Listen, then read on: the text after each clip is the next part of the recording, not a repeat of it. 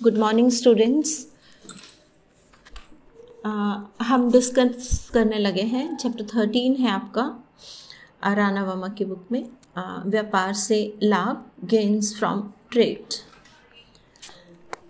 इस चैप्टर में हमारे पास डिफरेंट व्यूज़ हैं, डिफरेंट विचार हैं। एडम स्मिथ, रिकार्डो, माल्थस, फिनले और जेएस मिल जो कि परंपरावादी विचार है।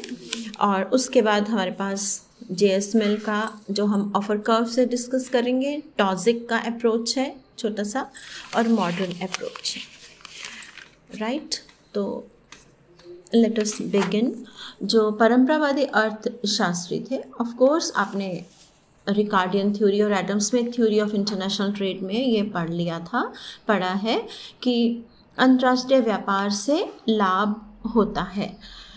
अब इस चैप्टर में बेसिकली हमने मेजरमेंट का वर्णन करना है कि जो गेन्स फ्रॉम ट्रेड है उसको कैसे मापा जाए, क्योंकि एडम स्मिथ और रिकार्डो अपनी थ्योरीज में क्लियर कट कोई ऐसा मेजरमेंट नहीं दे पाए थे। लेकिन हम उन्हीं के विचारों से शुरू करते हैं। बेसिकली जब दो कंट्रीज आपस में ट्रेड करते हैं तो दोनों देशों को अपनी अपनी उत्पादन क्षमता या विशिष्टीकरण की जो क्षमता है उसके अनुसार लाभ प्राप्त होते हैं। जैकब वाइनर क्या कहते हैं, उन्होंने परंपरावादी अर्थशास्त्रियों के द्वारा जो व्यापार के लाभ बताए गए हैं उन्हें 3 दृष्टिकोणों के रूप में बताया है। एक तो लाभ तब होगा अगर राष्ट्रीय आय में वृद्धि हो जाए, दूसरा तुलनात्मक लागतों में अंतर आ जाए, और तीसरा व्यापार की शर्तों, आपके शर्तों से लाभ का हम माप सकते हैं अगर व्यापार की शर्तें अनुकूल हो जाती हैं। इस प्रकार इन 3 अप्रोचेस पर बेस्ड जो लाभ हैं उन्हें 2 पार्ट्स में बांटा गया है। एक तो जो व्यापार से लाभ को 2 भागों में बांटा है, जो एक्सचेंज गेन जिसको कहा विनिमय लाभ, और दूसरा क्योंकि व्यापार करते हैं तो विशिष्टीकरण भी होगा तो विशिष्टीकरण लाभ। राइट, तो 2 पार्ट्स में हमने समझना है, विनिमय लाभ और विशिष्टीकरण से लाभ। अब हम एक एक अर्थशास्त्री के व्यूज़ को जानते हैं। एडम स्मिथ का मत, एडम स्मिथ क्या कहते हैं कि अंतर्राष्ट्रीय व्यापार से लाभ उत्पादन के मूल्य में वृद्धि यानी कि वैल्यू एडिशन अगर हो जाता है और आपकी उत्पादन क्षमता में सुधार हो जाता है। ठीक है, तो 2 पैरामीटर्स बताए हैं एडम स्मिथ ने। व्यापार से लाभ कब होगा, जब आपके वस्तुओं के मूल्य में वृद्धि हो जाए, वैल्यू एडिशन हो जाए, और दूसरा प्रोडक्शन कैपेसिटी यानी कि उत्पादन क्षमता का विस्तार हो जाता है। ये आपको फर्स्ट पेज पे ही सारे डिटेल्स मिल जाएंगे।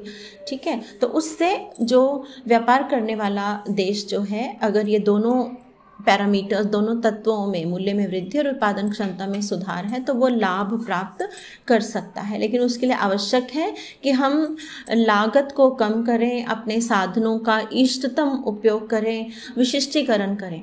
और विशिष्टीकरण के लिए एडम स्मिथ क्या कहते हैं, श्रम विभाजन होना ज़रूरी है। तो श्रम विभाजन होगा तो विशिष्टीकरण होगा, लागत कम होगी तो देश का लाभ अधिक होगा।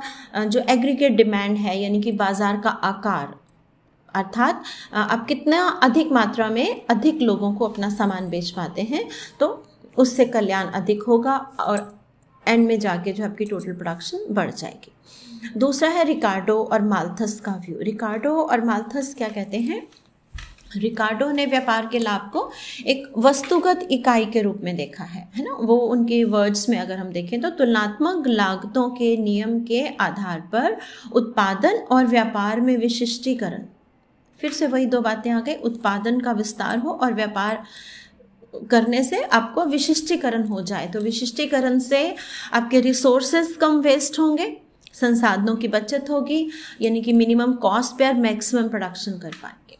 और प्रत्येक देश जो है अपनी प्रोडक्ट को जब लो कॉस्ट पे प्रोड्यूस करेगा, कम लागत पर प्रोड्यूस करेगा, तो वो ऑफ कोर्स कम प्राइस पर बेचेगा भी। ठीक है, तो जिससे उनके जो एन्जॉयमेंट्स हैं या टोटल हैप्पीनेस है, टोटल वेलफेयर है, जिसको कि रिकार्डो ने कहा है आनंद के योग में वृद्धि और वस्तुओं के संग्रह में वृद्धि। तो स्पेशलाइजेशन की वजह से रिकार्डो क्या कहते हैं, आनंद के योग में सारे लोगों को, यानी कि एक्सपोर्टिंग कंट्री को भी इंपोर्टिंग कंट्री को भी जितना फ़ायदा उसका टोटल कर दें तो टोटल आनंद या हैप्पीनेस वेलफेयर बढ़ेगा। और साथ ही वस्तुओं के संग्रह का मतलब कि लार्ज नंबर ऑफ कमोडिटीज़ को हम प्रोड्यूस कर सकते हैं। ठीक है, तो इस तरीके से उस देश को लाभ अधिक होगा जो अपने मूल्य में वृद्धि करने में सक्षम होगा, जो उत्पादन क्षमता का विस्तार कर सकेगा। माल्थस ने भी लगभग ऐसे ही विचार प्रकट किए हैं, कुछ एडम स्मिथ से मिलते हुए। उनके अनुसार व्यापार से जो लाभ है वो वैल्यू एडिशन, बढ़े हुए मूल्य को प्रकट करता है, जो कम इच्छित वस्तु के अधिक इच्छित वस्तु के विनिमय के कारण होता है। कितनी सिंपल बात है जो हम रियल लाइफ में एक्सपीरियंस करते हैं कि लाभ कब होता है। माल्थस कहते हैं कि जब हमारे पास एक वस्तु है जो हमें नहीं रिक्वायर्ड, जो कम इच्छित वस्तु है, हम जरूरत नहीं, और उसको देकर हमें बढ़े हुए मूल्य, हमें अधिक इच्छित वस्तु मिल जाए तो मूल्य बढ़ जाएगा, ऑफ कोर्स वैल्यू एडिशन हो जाएगा। तो कम जो वस्तु नहीं रिक्वायर्ड है वो देकर जो वस्तु रिक्वायर्ड है उसे हम ले लेते हैं, तो डेफिनेटली हमारे आनंद में, हमारे साधनों में विनिमय योग्य मूल्य, वैल्यू एडिशन जो है वो हो जाएंगे। ठीक है, तो अब ये जो डायग्राम है आगे, ये मैं आपको वीडियो में अभी बता देती हूँ। राइट।